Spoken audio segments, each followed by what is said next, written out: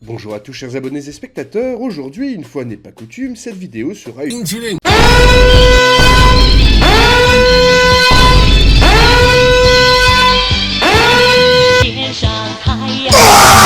Un scénario qui portera sur Ding Ding la cloche. Tout commença lorsque Ding Ding la cloche est mort. Ah ouais.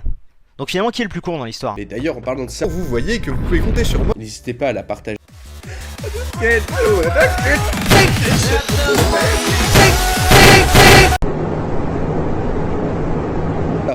Quelle aurait été la position des autres pays? Voici quelques suggestions. La République populaire de Kouban est mort. La République ukrainienne d'Extrême-Orient. Alors tout d'abord, l'Ukraine. Le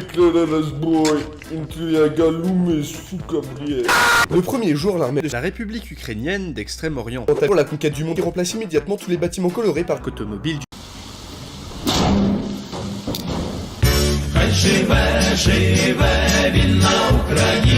А максимальных оборотов хуяк пошел в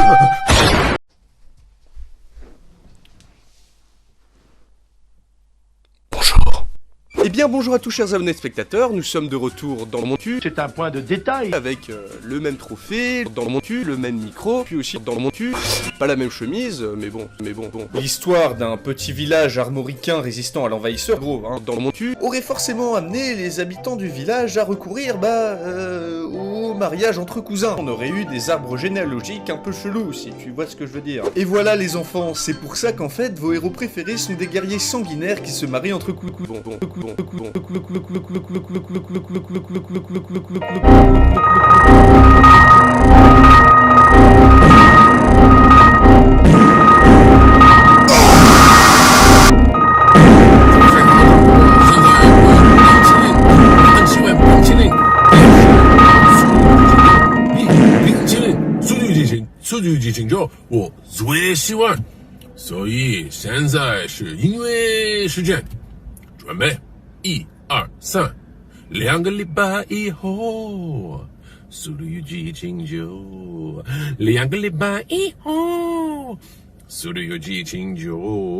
Bonjour à tous chers abonnés spectateurs, aujourd'hui vidéo un peu spéciale car nous allons parler de l'incarnation terrestre de Belzébuth, l'ultime servant de Méphistophélès, la pourriture humaine incarnée, j'ai nommé Eddie Malou. En effet, je délaisserai tout côté de la fiction dans cette vidéo pour aller voir du côté historique. Mais cela reste tout de même dans le domaine du « et si quelque chose s'était passé ?» Réagir probablement face à un danger inconnu. En l'occurrence ici, les gueux et autres mendiants. Qu'est-ce que c'est quoi faire? Mais le zombie de base que l'on va utiliser dans notre épidémie n'est pas très efficace. En effet, il est lent, pas très habile, pas très malin, et se déplace principalement vers les sons qu'il entend. Au bout d'un ou deux mois, le virus zombie aura déjà atteint les pays limitrophes, incluant plusieurs pays ayant une forte population tels que le Japon, la Russie ou bien l'Inde. Bon, ça a tout de même marché un peu car un certain Rollon, un chef viking installé en Basse-Seine, accepte de se convertir au christianisme en échange d'un territoire correspondant plus ou moins à la Picardie.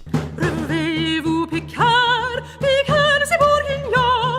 Rollon devient alors duc de Picardie, s'engage à protéger le royaume franc de ses comptes vikings qui continuent d'arriver et qui veulent remonter la Seine pour victimiser le pays. Le duché de Normandie va donc petit à petit se faire coloniser par les vikings qui se mêlent rapidement à la population franque locale. Si vous voyez ce que je veux dire. Et bizarrement, eh bien l'accord marche très bien. Rollon va littéralement victimiser tout le monde, va marcher sur Paris, où il se fera couronner roi, et il va léguer le duché de Picardie. Son fils, qui lui-même le lèguera à son fils, qui fera de même, et ainsi de suite. Et on fait de la Picardie le pays le plus glorieux du monde. Et deviendra une région prospère, quasiment indépendante de la Bretagne, bien que toujours théoriquement un vassal du roi. Donc le conflit va commencer avec Harald, le roi de Norvège, qui va envahir le nord de l'Angleterre à la tête de 15 hommes. Celui-ci va néanmoins se faire battre par Harold à la bataille de Stamford Bridge. Et c'est le 28 septembre 1066 que les armées de Sainte-Betrave vont débarquer dans le sud de l'Angleterre.